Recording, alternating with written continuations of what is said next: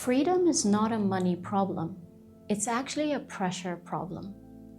Most leaders think that freedom is connected with money problems. I don't think they do. I think they have a pressure problem. And before you disagree, stay with me. I've worked with leaders who earn more in a month than most people earn in a year. I've worked with founders who have exits behind them. I've worked with executives running global teams and billion-dollar portfolios. And I've noticed something surprising.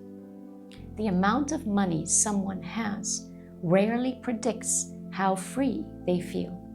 What predicts it far more accurately is their relationship with pressure. Because pressure has a way of exposing what money cannot hide. You can have a healthy bank account and still make decisions from fear. You can have a successful business and still avoid the conversation that needs to happen. You can have status, influence, and security and still wake up every day feeling like you're one mistake away from losing everything. Why? Because for many leaders, pressure isn't being experienced as information. It's being experienced as threat. And when pressure becomes threat, something subtle happens. You stop leading. You start managing your anxiety. You start seeking certainty where certainty doesn't exist. You delay decisions that you need to take. You overthink. You become reactive. You protect more. And more likely, you start to control. You optimize for relief instead of value. Now here's the controversial part. I don't believe money creates abundance. I think the capacity to remain coherent under pressure creates abundance.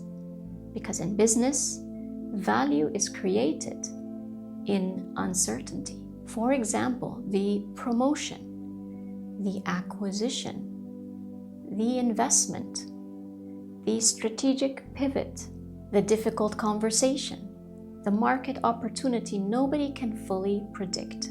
Every meaningful leadership decision arrives carrying pressure. So the question is not, how do I eliminate pressure?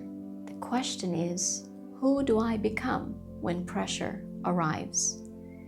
Because two leaders can face the exact same circumstances. One sees danger, one sees information.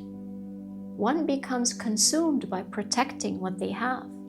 The other becomes focused on creating what is possible. And over time, those responses compound. They compound into influence. They compound into trust. They compound into more opportunity. And eventually, into more money and into legacy. This is why I often tell leaders, don't study your financial results first. Study your relationship with pressure. Because pressure is rarely the problem. More often, it is revealing the structure through which you are making decisions.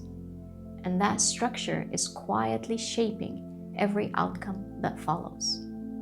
So the question you can sit with is, when pressure increases in your world, do your decisions become more intentional or more protective?